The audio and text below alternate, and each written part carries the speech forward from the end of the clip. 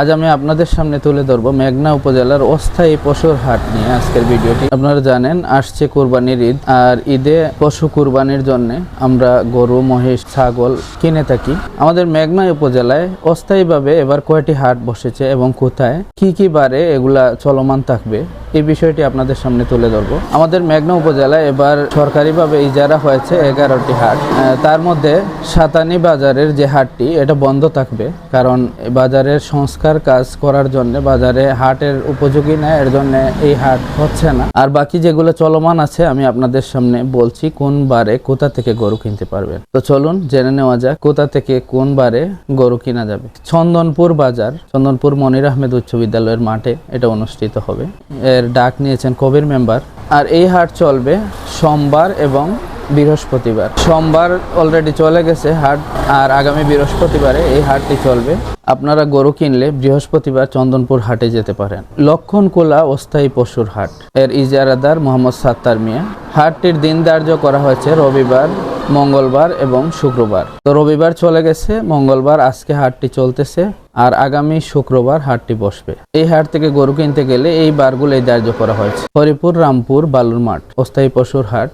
এই হাটটি গত শনিবার বসেছিল এবং আগামী বুধবার এই হাটে গরু পাবেন। গরু কিনতে গেলে আগামী বুধবারে যেতে পারেন। আলিপুর বাজারের অস্থায়ী পশুর হাট, ইজারা নিয়েছেন মোহাম্মদ রবিউল্লাহ। এই হাটটি গত রবিবার চলমান ছিল এবং আগামী বুধবার চলমান থাকবে। লুটেরচর অস্থায়ী পশুর হাট, এই হাটটির ইজারাদার মোহাম্মদ গাফফার মিয়া। এই হাটটি আজ মঙ্গলবার চলমান থাকবে, গরু কিনতে গেলে যেতে পারেন। খিরাচক বাজার অস্থায়ী পশুর হাট, ইজারা নিয়েছেন মোহাম্মদ মুশারফ হোসেন।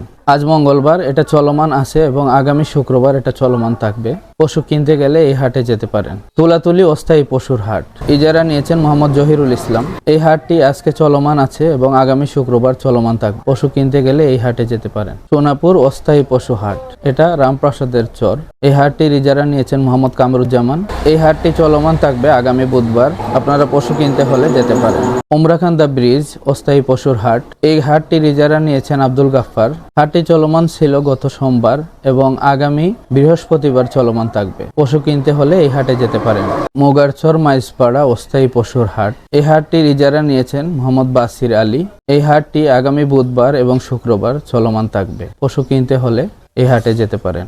ভিডিওটি মেঘনার বিভিন্ন গ্রুপে বা পেজে শেয়ার করে দিবেন, যাতে করে গরু কিনবে তারা জানতে পারে কোথায় কোন সময় কোন হাট বসছে। আর সবাই ভালো থাকবেন। আসসালামু আলাইকুম।